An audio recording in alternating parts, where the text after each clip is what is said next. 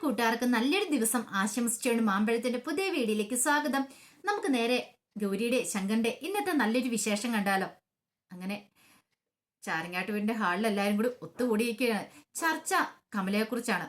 തങ്കച്ചി മഹാദേവനോട് പറഞ്ഞു, എത്രയും പെട്ടെന്ന് തന്നെ അവളെ ഇവിടുന്ന് പറഞ്ഞുകൊണ്ട, അവൾക്ക് മുഴുവൻ ഭ്രാന്ത, ഇങ്ങനെ പോയിട്ടുണ്ടെങ്കിൽ ഈ വീട്ടിലെ എല്ലാവരെയും അവൾ കൊന്നൊടുക്കുമെന്ന് പറയാ. പെട്ടെന്ന് ഷെയർ പറഞ്ഞു, അതെ അച്ഛാ, അമ്മ പറഞ്ഞ കാര്യം ശരിയാ, അവൾക്ക് ഭ്രാന്താണ്. ഇനി അവളെ ഒരു കാരണവശാലും എന്റെ ഭാര്യയായിട്ട് മുന്നോട്ട് കൊണ്ടുപോകാനായിട്ട് എനിക്ക് ഇഷ്ടമില്ല. എന്റെ ജീവനിൽ എനിക്ക് ഭയമുണ്ടെന്ന് പറയാ. തങ്കച്ചി പറഞ്ഞു, കേട്ടില്ലേ, കഴിഞ്ഞ ദിവസം അവള് ചെയ്ത പരിപാടി എന്താണെന്നറിയോ? മഹാദേവൻ പറഞ്ഞു, അങ്ങനെയാ നിങ്ങളുടെ എല്ലാവരുടെയും തീരുമാനമെങ്കിൽ അങ്ങനെ തന്നെ ചെയ്യാം. അവളെ നമുക്ക് അവളുടെ വീട്ടിലേക്ക് തന്നെ പറഞ്ഞു വിട്ടേക്കാം. അവരെന്താന്ന് വെച്ചാൽ ചെയ്യട്ടെ. അല്ലെങ്കിലും അവൾ ഇവിടെ നിന്നുകൊണ്ട് എന്താ പ്രത്യേകിച്ച് നമുക്ക് എന്തെങ്കിലും ഗുണമുണ്ടോ? ഒരു കുഞ്ഞിനെ തരാൻ കഴിവില്ല, അത് മാത്രമല്ല വേറെ പ്രത്യേകിച്ച് പ്രയോജനമൊന്നുമില്ല. പിന്നെ അവളെ എന്തിനാ നമ്മളിവിടെ നിന്ന് തീറ്റി പോറ്റുന്നേ? നമുക്ക് അവളെ പറഞ്ഞു വിടാന്ന് പറയാം. പെട്ടെന്ന് ഗൗരി പറഞ്ഞു, എന്താ അച്ഛാ ഇങ്ങനെ പറയണേ?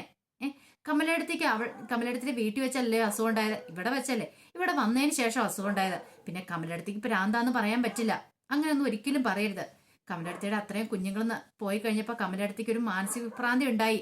അതിനെ ചികിത്സിച്ച് ഭേദമാക്കുകയോ ചെയ്യണ്ടേ എന്നും പറഞ്ഞുകൊണ്ട് കമലയിടത്തിന്റെ സ്വന്തം വീട്ടിലേക്ക് പറഞ്ഞു വിടുകയാണ് ചെയ്യണ്ടേ. അതൊന്നും ഒരിക്കലും ശരിയല്ലെന്ന് പറയാം. മഹാദേവൻ പറഞ്ഞു, അതെന്താ സ്വന്തം വീട്ടിലേക്ക് പറഞ്ഞു വിട്ടാല്? അവരുടെ വീട്ടിലേക്ക് പൊക്കോട്ടെ, അവിടെയാണ് പിന്നെ അവര് കൊണ്ട് ചികിത്സിക്കുവോ എന്ത് വേളം ചെയ്തോട്ടെ, നമുക്കൊരു കുഴപ്പമില്ലല്ലോ. അതെന്ത് വർത്താനം വെച്ചാ പറയണേ? കമലയിടത്തിന്റെ വീട്ടിൽ ആകെപ്പാടെ കമലയിടത്തേക്ക് തുണിയായിട്ട് ഒരമ്മ മാത്രമല്ലേ ഉള്ളൂ, ആ വയ്യാത്ത അമ്മ. അവരെന്ത് ചെയ്യാനാ കമലയിടത്തിനെയും കൊണ്ട്? അതുകൊണ്ട് നമുക്ക് ചികിത്സിക്കുന്നതല്ലേ നല്ലത്. ഒരു കാരണവശാലും നമ്മൾ അങ്ങനെ പറഞ്ഞു വിടല്ലെന്ന് പറയാം. പക്ഷെ ഇതൊന്നും മഹാദേവൻ കേൾക്കാൻ കൂട്ടാക്കില്ല. മഹാദേവൻ പറഞ്ഞു, അത്രയ്ക്ക് നിനക്കിതാണെങ്കിൽ ഒരു കാര്യം ചെയ്യുക, നീ നിന്റെ വീട്ടിലേക്ക് കൊണ്ടുപോയി ചികിത്സിക്കാൻ പറയാണ്. പെട്ടെന്ന് ശങ്കർ പറഞ്ഞു, അച്ഛാ, ഗൗരി പറഞ്ഞാൽ എന്താ തെറ്റിരിക്കുന്നത്? ഒന്ന് ആലോചിച്ച് നോക്കിയേ. കമലയിടത്തേക്ക് ഗതി വരുന്ന ഈ വീട്ടിൽ വെച്ചല്ലേ, അപ്പൊ ചികിത്സിക്കേണ്ട ഉത്തരവാദിത്തം നമ്മുടെയാണ്. ശേഖരേട്ടന്റെ ഭാര്യ. കമലയിടത്തേക്ക് ഇങ്ങനെ അവസ്ഥയുണ്ടാകാൻ കാരണം ആരാ? ശേഖരേട്ടനല്ലേ. അപ്പൊ ചികിത്സിക്കേണ്ട ആള് നമ്മളല്ലേ? അതല്ല, കമലയിടത്തിന് ഈ അവസ്ഥയിൽ ഇവിടുന്ന് പറഞ്ഞു വിട്ടിട്ടുണ്ടെങ്കിൽ അതൊരിക്കലും ശരിയാവില്ല. കമലയിടത്തിന്റെ ജീവന് തന്നെ ആപത്താ. അത് ചെയ്യില്ല എന്ന് പറയണം. ഓ, ഇപ്പൊ നീ നിന്റെ ഭാര്യ പറയുന്നൊക്കെ അനുസരിക്കോളും തങ്കച്ചി പറയണ. എന്താ അവള് പറയുന്നതിൽ ന്യായം ഉണ്ടെന്ന് കണ്ടിട്ടുണ്ടെങ്കിൽ ആര് പറയുന്ന ആളും നമ്മൾ അനുസരിക്കണം, ന്യായത്തിന്റെ ഭാഗത്ത് നിൽക്കണം. അല്ലാതെ അമ്മേനെ പോലെ ശേഖരൻ എന്തേലും തെറ്റ് ചെയ്തിട്ടുണ്ടെങ്കിൽ ആ തെറ്റിനൊപ്പം കൂട്ടുനിൽക്കുകയല്ല ചെയ്യണ്ടേ. അതുകൊണ്ട് കമലയിടത്ത് ഇവിടെ നിൽക്കട്ടെ, കമലയിടത്തിനെ നമുക്ക് ഇവിടുന്ന് തന്നെ കൊണ്ട് ചികിത്സിക്കാന്ന് പറയണം.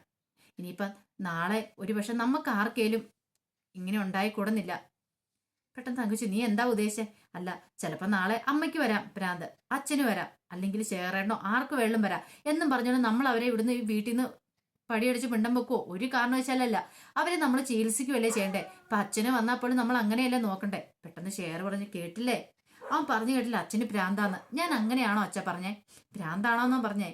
ഭ്രാന്ത് ഉണ്ടാവാൻ ചാൻസ് ഉണ്ടെന്നല്ല പറഞ്ഞ. അങ്ങനെ വന്നിട്ടുണ്ടെങ്കിൽ അച്ഛനെ നമ്മൾ ഒരിക്കലും ഉപേക്ഷിക്കില്ല. അച്ഛനെ നമ്മൾ നെഞ്ചോട് ചേർത്ത് പിടിച്ച് നമ്മൾ അച്ഛനെ ചികിത്സിപ്പിക്കുകയല്ലേ ചെയ്യുള്ളൂ. അങ്ങനെയല്ല ചെയ്യേണ്ടത്. പെട്ടെന്ന് മോളിൽ നിന്നൊരു കയ്യടി ശബ്ദം കിട്ടും. എല്ലാവരും കൂടെ അങ്ങോട്ട് നോക്കും. ഗംഗയാണ്. ഗംഗ കൈയടിച്ചോണ്ട് താഴേക്ക് ഇറങ്ങി വന്നു. സൂപ്പർ, കൊള്ളാം, പൊളിയായിട്ടുണ്ട്. ഇപ്പോഴാണ് ശങ്കറിനോട് എനിക്ക് റെസ്പെക്ട് തോന്നുന്നത്.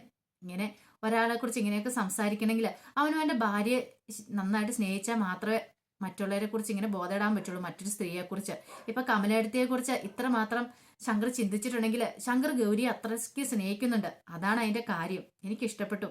ശങ്കറിനോട് എനിക്ക് ബഹുമാനം തോന്നുന്നു പറയാണ്. തങ്കച്ചിയുടെ മുഖമൊക്കെ അങ്ങോട്ട് മാറി. ഗൗരിയുടെ മുഖത്ത് ഒരു സന്തോഷമൊക്കെ ഉണ്ടായി. ശങ്കർ പറഞ്ഞു, അല്ല, ഞാനിപ്പം ഗൗരി പറഞ്ഞതിന് മറുപടി കൊടുത്തന്നേ ഉള്ളൂ. ഞാൻ പറഞ്ഞാൽ എന്തെങ്കിലും തെറ്റുണ്ടോ? ഗംഗ പറഞ്ഞു, ഒരു തെറ്റുമില്ല. ശങ്കർ പറഞ്ഞ കൃത്യമായിട്ടുള്ള തീരുമാനം. അതെ, ദേവമാമ ഒന്ന് ആലോചിച്ച് നോക്കിയേ. ഈ സമയത്ത് കമലയിടത്തിന് ഇവിടുന്ന് പറഞ്ഞു വിടുന്നത് ശരിയല്ല. കമലയിടത്ത് ഇത്രയും കാലം ഇവിടെയല്ലേ ജീവിച്ചേ. പാപം, കുഞ്ഞില്ലാത്തന്റെ ആ ഡിപ്രഷനും കൊണ്ടുണ്ടായതല്ലേ. അത് ചികിത്സിച്ചാൽ ഭേദമാവുന്നുള്ളൂ. ഇനിയിപ്പൊ അതിനെക്കുറിച്ച് ഓർത്ത് നമ്മൾ ആരും വേവലാതിപ്പെടണ്ട. ചികിത്സിച്ച ഭേദമായിക്കോളും എന്ന് പറയാം. അല്ല ദേവമാമി, ഇന്ന് വരെ ഞാൻ പറയുന്ന എന്തെങ്കിലും കാര്യം അനുസരിക്കാതിരുന്നിട്ടില്ല. എന്റെ എല്ലാ ആഗ്രഹവും സാധിച്ചു തന്നിട്ടല്ലേ ഉള്ളേ. അതുകൊണ്ട് ഈ ആഗ്രഹം കൂടെ അങ്ങ് സാധിച്ചു തരാൻ പറയാം. പെട്ടെന്ന് ശേഖർ അങ്ങോട്ട് പ്ലേറ്റ് മാറ്റി. ശേഖർ പറഞ്ഞു, ഗംഗ പറഞ്ഞാൽ ശരി, അവളെന്റെ ഭാര്യയല്ലേ. നാളെ ചിലപ്പോൾ എനിക്കും ഉണ്ടാവും അസുഖം, അല്ലെങ്കിൽ അച്ഛനും ഉണ്ടാവും. അപ്പൊ അതുകൊണ്ട് അവളെ പറഞ്ഞു വിടണ്ടല്ലോ അച്ഛനെ ചോദിക്കുകയാണ്. നീ എന്താടാ പെട്ടെന്ന് പ്ലേറ്റ് മാറ്റിയത് അങ്ങോട്ട്? അല്ല, അത് പിന്നെ അച്ഛാ. ഓഹോ, അപ്പൊ എല്ലാം കഴിഞ്ഞിട്ട് ഇപ്പൊ നീ എന്നെ അങ്ങോട്ട് കുറ്റപ്പെടുത്തും അല്ലേ? ഞാൻ ഇവിടുന്ന് കമലെ നിർബന്ധപൂർവ്വം പറഞ്ഞു വിടുന്ന പോലെ. നീ കൊള്ളാടാ, നീ എന്റെ മോൻ തന്നെയെന്ന് പറയാണ്. പിന്നീട് ഗംഗയുടെ ഈ വാക്കുകളെല്ലാം കേട്ടപ്പോ ശങ്കർ പറഞ്ഞു, അതെ, ഗംഗ പറഞ്ഞോണ്ട് തന്നെ എനിക്ക് യോജിപ്പ്. എനിക്കും ഗൗരിക്കും അതെ. നിക്കട്ടെ കമലയിടത്തിനെ നമുക്ക് കൊണ്ട് ചികിത്സിപ്പിക്കാം. നീ അച്ഛന് വയ്യെങ്കിൽ ഞാനും ഗൗരിയും കമലയിടത്തിനെ ഹോസ്പിറ്റലിൽ കൊണ്ടുപോക്കോളാം. നിങ്ങൾ ആരും ഒപ്പം വരണ്ടെന്ന് പറയണം. അവസാനം മഹാദേവൻ പറഞ്ഞു, ഇനിയിപ്പോ ഗംഗമ്മോള് പറഞ്ഞിട്ട് ഞാനൊരു കാര്യം അനുസരിച്ചില്ലെന്ന് വേണ്ട. ഗംഗമ്മോട് തീരുമാനം തന്നെ നടക്കട്ടെ. എന്താന്ന് വെച്ചാൽ അയക്കോ, ചികിത്സിച്ചോ ഭേദമാക്കുവോ, ഞാൻ ഒന്നിനും ഒരു തടസ്സം നിൽക്കുന്നില്ല. അത് ഗംഗമ്മോള് പറഞ്ഞോണ്ട് മാത്രം. അപ്പൊ ഇനി ശങ്കറും ഗൗരിക്കും സന്തോഷമായില്ലേന്ന് ചോദിക്കണം. സന്തോഷമായെന്ന് പറയാണ്. പിന്നീട് കാണിക്കുന്ന പ്രൊഫസറുടെ വീടാണ്. പ്രൊഫസറുടെ വീടിന്റെ ടെറസിൽ വേണി ആദർശം കൊണ്ട് സംസാരിച്ചുകൊണ്ടിരിക്കുക. ആദർശം ഇനി നമുക്ക് റൂമിലേക്ക് പോകാൻ വേണിന്ന് പറയാം. അതെന്താ ആദർശമായിട്ട് അങ്ങനെ? ഞാൻ മടുത്തെനിക്ക് പോയി കിടക്കണം. എപ്പോഴും കിടന്നാൽ എങ്ങനെയാ ശരിയാവുന്നേ? അതൊന്നും ശരിയാവത്തില്ല. പിന്നെ ഞാൻ ഇവിടെ എന്ത് ചെയ്യാനാന്ന് ചോദിക്കുകയാണ്. എന്ത് ചെയ്യാനാന്നോ? ഓഹോ, അത് കൊള്ളാം. ബോക്സിംഗ് ചാമ്പ്യാ. ബോക്സിംഗ് ചാമ്പ്യൻ ഒരു കാര്യം ചെയ്യാം. ആ കസേര നേറ്റി വീൽ ചെയറിലേക്ക് അങ്ങോട്ട് ഇരിക്കാൻ പറയണം. ഞാനോ? എനിക്ക് പേടി, ഞാൻ വീഴും. വീഴില്ല, ഞാൻ പിടിച്ചോളാം, ഞാനല്ല ധൈര്യം തരുന്നേ എന്നും പറഞ്ഞുകൊണ്ട് വേണി ഒരു വ്യക്തി വേണി എന്നാ പേര് മറന്നു കേട്ടോ, ആദർശനെ പിടിച്ച് വീൽ ചെയറിലേക്ക് ഇരുത്തുവാണ്. ഇച്ചിരി ബലം പ്രയോഗിക്കേണ്ടി വന്നു. ഒരു വ്യക്തി പിടിച്ചിരുത്തുവാണ്.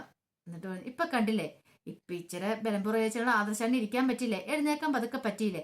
ഇങ്ങനെ വേണം നമ്മുടെ മനസ്സിന്റെ ബലം കൊണ്ട് വേണം നമ്മള് പതുക്കെ എഴുന്നേക്കാന്ന് പറയാം.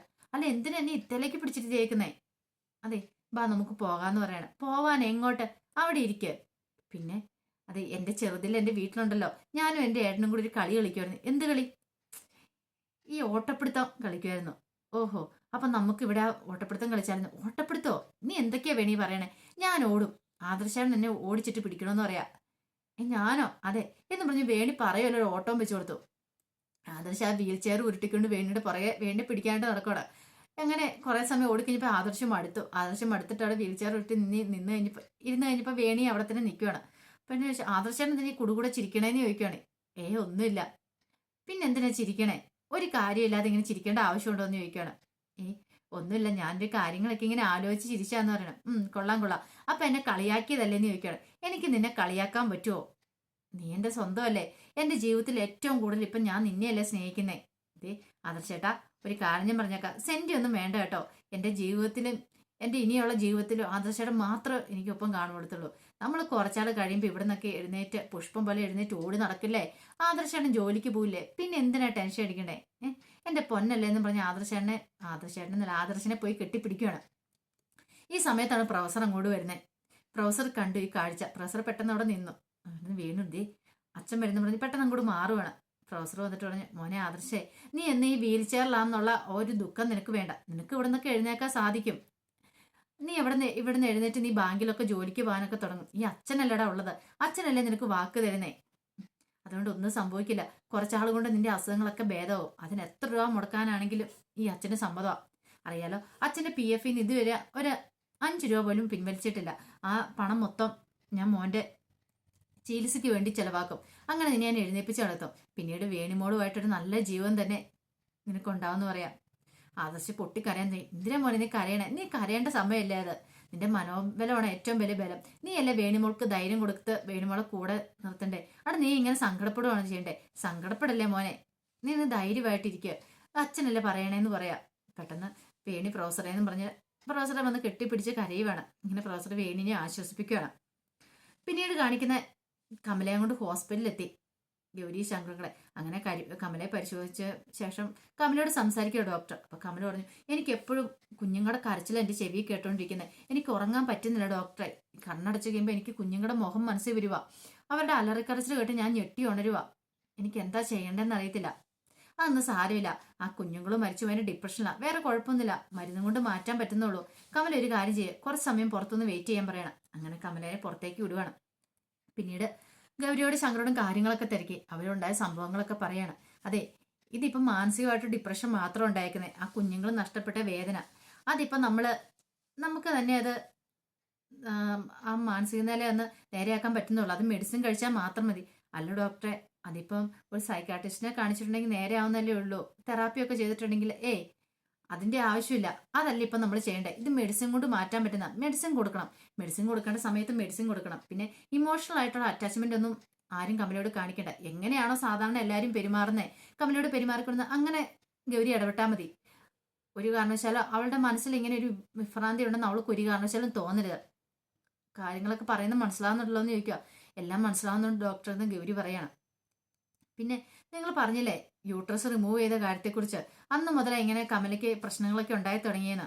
അല്ല, അത് എന്നാ ചെയ്തേ, അതെങ്ങനെയാ സംഭവിച്ചേ എന്നൊക്കെ ചോദിക്കണം. അപ്പം പിന്നീട് അവിടെ നടന്ന സാഹചര്യങ്ങളൊക്കെ പറയാണ്. കുഞ്ഞ് അബോർട്ടായി കഴിയുമ്പോൾ ഹോസ്പിറ്റലിൽ എത്തിയതാ. പിന്നെ ഇങ്ങനെ റിപ്പോർട്ട് കൊണ്ടുവന്നേ. അല്ല, നിങ്ങൾ അതിന്റെ കൺസേൺ ലെറ്റർ ഒക്കെ സൈൻ ചെയ്ത് കൊടുത്തായിരുന്നോ ഈ യൂട്രസ് റിമൂവ് ചെയ്യുന്നതിന്റെ ചോദിക്കുക. പെട്ടെന്ന് ഒരു നിമിഷം ഗൗരി ഇങ്ങനെ ആലോചിക്കുക. യൂട്രസ് റിമൂവ് ചെയ്യാണ്ട് താൻ ഒപ്പിട്ട് കൊടുത്തിട്ടൊന്നുമില്ല. കാരണം അത് വലിയൊരു പ്രൊസീജിയറാണ്. അങ്ങനെ പെട്ടെന്നൊന്നും അങ്ങനെ അവർക്ക് സ്വന്തമായിട്ട് ചെയ്യാൻ പറ്റുന്ന കാര്യമല്ല. നമ്മൾ സൈൻ ചെയ്ത് കൊടുക്കണ്ട. അതുകൊണ്ടാണ് ഞാൻ ചോദിച്ചതെന്ന് പറയണം. അല്ല, ഞാൻ അങ്ങനെ ഒപ്പിട്ട് കൊടുത്തായിട്ട് ഓർക്കണില്ല എന്ന് പറയാം. പെട്ടെന്ന് ശങ്കർ പറഞ്ഞു, ഗൗരി നീ ഒന്നുകൂടെ ആലോചിച്ച് നോക്കിയേ. ഇല്ല ശങ്കര, ഞാൻ ഒപ്പിട്ട് കൊടുത്തിട്ടില്ല. അങ്ങനെയാണെങ്കിൽ ഇങ്ങനെ വരാൻ വഴിയില്ലല്ലോ. ഒരു കാര്യം ചെയ്യാം, ഞാൻ ഒന്നുകൂടെ സ്കാനിങ്ങിന് എഴുതിത്തരാം. ഒന്നുകൂടെ സ്കാൻ ചെയ്ത് നോക്കാൻ പറയാണ്. ഇത് കേട്ട് കഴിഞ്ഞപ്പോൾ ഗൗരിയും ശങ്കരോട് പരസ്പരം നോക്കുകയാണ്. അപ്പൊ അതിന്റെ വിശേഷങ്ങളാണ് ഇന്ന് കണ്ടേ. ഇനി നമ്മൾ കാണാൻ പോകുന്ന നല്ല അടിപൊളി വിശേഷങ്ങളാണ്. നമ്മളെല്ലാം കാണാൻ കാത്തിരുന്ന കുറച്ച് വിശേഷങ്ങൾ. ശേഖരന്റെ കള്ളത്തരങ്ങളൊക്കെ പൊളിഞ്ഞു പാളീസാവുകയാണ്. ആ വിശേഷങ്ങൾ നമുക്ക് എല്ലാവർക്കും കാത്തിരിക്കാം കേട്ടോ. അപ്പോൾ ഒരിക്കൽ കൂടി എല്ലാവർക്കും നല്ലൊരു ദിവസം ആശംസിച്ചുകൊണ്ട് നിർത്തുന്നു. നന്ദി.